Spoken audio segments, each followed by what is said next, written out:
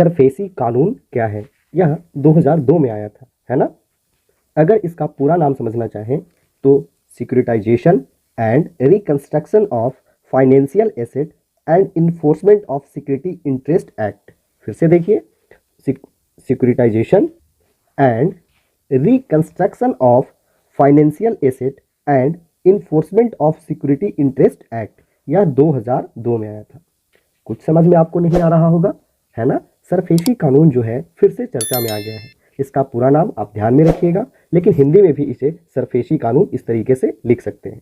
यह क्या है, क्या काम करता है, किससे संबंधित यह कानून लाया गया है, इन सभी पहलुओं पर बात की जाएगी। सरफेसी कानून को संसद से 2002 में पास किया गया था, लेकिन यह देश में 2003 में लागू हुआ। यह जो कानून है सरफेसी कानून, वह बैंकिंग क्षेत्र से संबंधित है। किस क्षेत्र से संबंधित है? बैंकिंग क्षेत्र से। यह आम लोगों के लिए कानून नहीं लाया गया है, यह बैंकों के लिए कानून लाया गया था। और यह कानून फिर से चर्चा में है, इसलिए करेंट अफेयर में हम लोग ध्यान में रखेंगे। सरफेसी कानून 2002 में संसद से पास हुआ है, देश में 2003 में लागू हुआ, और यह कानून बैंकिंग क्षेत्र से संबंधित है। यह जो कानून है सरफेसी, यह बैंक को अधिकार देता है कि यदि बैंक द्वारा दिया गया लोन, यदि बैंक कोई लोन देता है और वह लोन एनपीए हो जाए और बैंक उसे वसूलने में असमर्थ हो, तो बैंक बिना कोर्ट में जाए उसकी संपत्ति को जब्त कर सकता है। फिर से समझिए, बैंक को क्या करता है यह कानून? अधिकार देता है। क्या अधिकार देता है? कि यदि बैंक जो है कोई लोन देता है, मानकर एक उदाहरण से चलते हैं। सपोज मान लिया जाए कि बैंक क्या करता है, किसी को उधार देता है 10 लाख रुपए का। कितने का? 10 लाख रुपए का 10 साल के लिए। और प्रत्येक वर्ष उसे कहा गया कि भाई आप ईएमआई के तौर पे कुछ कुछ देते रहिए। और ईएमआई इसका फुल फॉर्म होता है equal month installment. Equal month installment EMI का फुल फॉर्म है। तो बैंक किसी व्यक्ति को 10 लाख रुपए का लोन दिया है 10 साल के लिए, और ईएमआई के तौर पे 10,000 रुपये प्रति मंथ उसको देना है।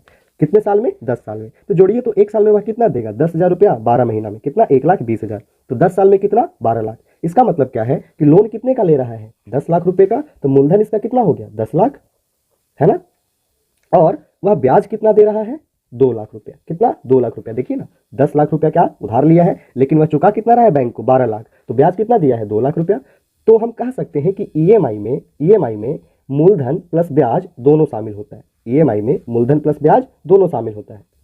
तो उदाहरण फिर से देखिए, बैंक क्या किया है? लोन दिया है ना। कितने का? 10 लाख का 10 साल के लिए, और ईएमआई फिक्स कर दिया गया 10,000 रुपया प्रति महीना। मान लिया जाए यह व्यक्ति 8 लाख रुपया लोन आराम से भर चुका है, लेकिन किसी कारण से वह 3 महीने लगातार ईएमआई नहीं भर पाया। तो जब वह 3 महीने लगातार ईएमआई नहीं भर पाया है, इसे ही क्या कहा जाता है? तो एनपीए, नॉन परफॉर्मिंग एसेट, गैर निष्पादन परिसंपत्ति। अब आइए सरफेसी कानून।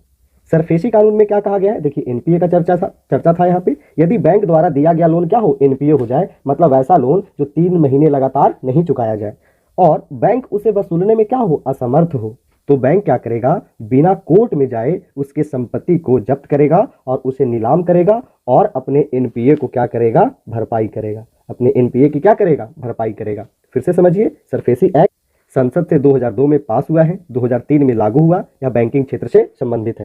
यह क्या करता है भाई? बैंक को अधिकार देता है। क्या अधिकार देता है? कि यदि उसका कोई लोन एनपीए हो जाए, मतलब 3 महीने लगातार कोई व्यक्ति लोन नहीं चुकाता है, उसे क्या कहते हैं? एनपीए, नॉन परफॉर्मिंग एसेट कहते हैं।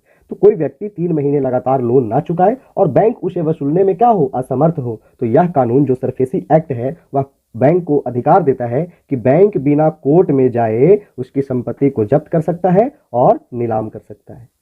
यही कानून क्या है? SARFAESI act.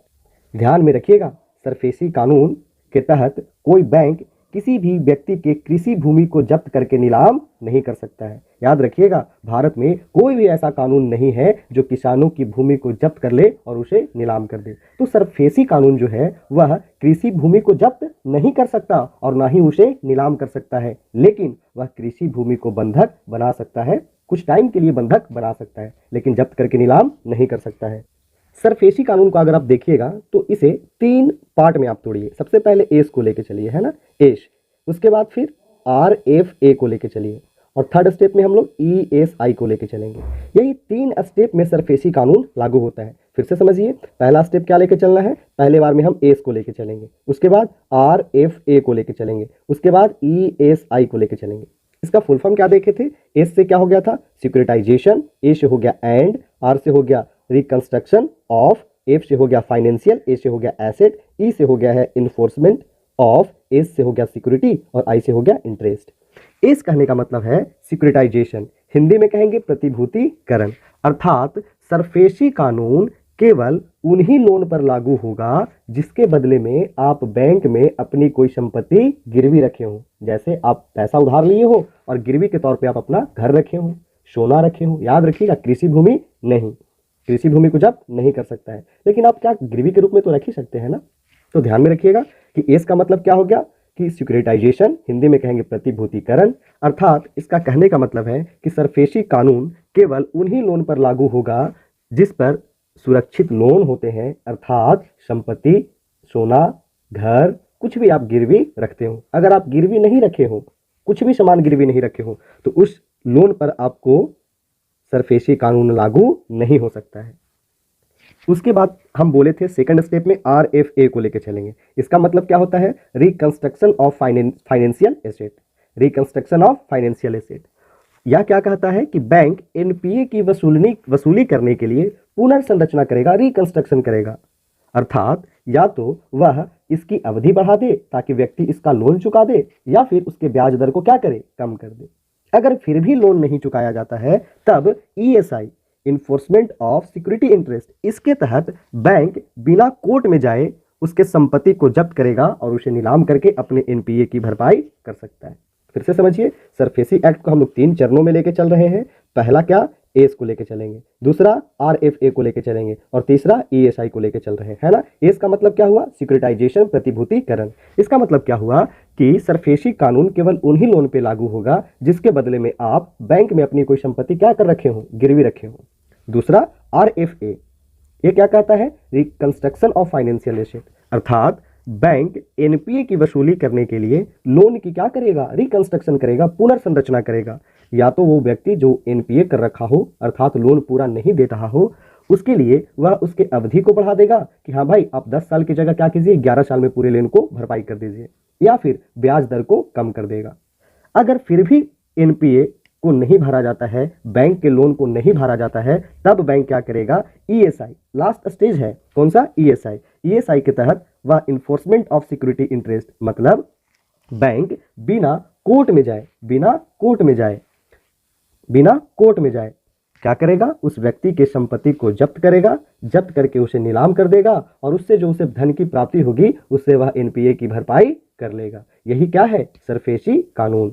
तो ध्यान रखिएगा, यह कानून कब आया है? संसद में 2002, देश में लागू हुआ 2003, बैंकिंग क्षेत्र से संबंधित है। और यह बैंकों के क्या अधिकार देता है? तो अगर इसका लोन की भरपाई नहीं हो रहा हो और उसका लोन क्या हो गया हो? NPA का मतलब 3 महीने लगातार लोन नहीं दिया जाना ही क्या कहलाता है? NPA। और उसका लोन NPA हो गया हो तो वह क्या करेगा?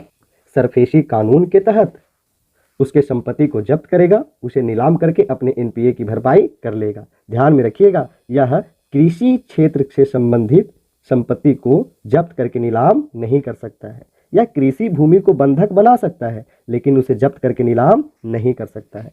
सरफेसी कानून 3 चरणों में लागू हो रहा है। सबसे पहले हम लोग देखे हैं एस को लेके चलेंगे, है ना। उसके बाद हम लोग RFA को लेके चलेंगे, उसके बाद हम लोग ESI को लेके चलेंगे। इसका मतलब कि यह वैसा ही लोन पे लागू होगा, मतलब सरफेसी कानून वह लोन पे लागू होगा जिस पर आप संपत्ति को गिरवी रखे हो। RFA क्या कहता है? तो NPA की वसूली करने के लिए या तो वो अवधि बढ़ाएगा या ब्याज दर को कम करेगा। तीसरा ESI, enforcement of security interest, तो यह तीसरे चरण में क्या करेगा? तो बिना कोर्ट में जाए उसकी संपत्ति को जब्त करेगा और नीलाम करके अपने NPA की भरपाई कर लेगा। तो ध्यान में रखिएगा, सरफेसी कानून फिर से चर्चा में है, यहाँ से क्वेश्चन बनने की संभावनाएं हो जाती है। मिलते हैं दोस्तों नेक्स्ट वीडियो में, तब तक के लिए बहुत बहुत धन्यवाद।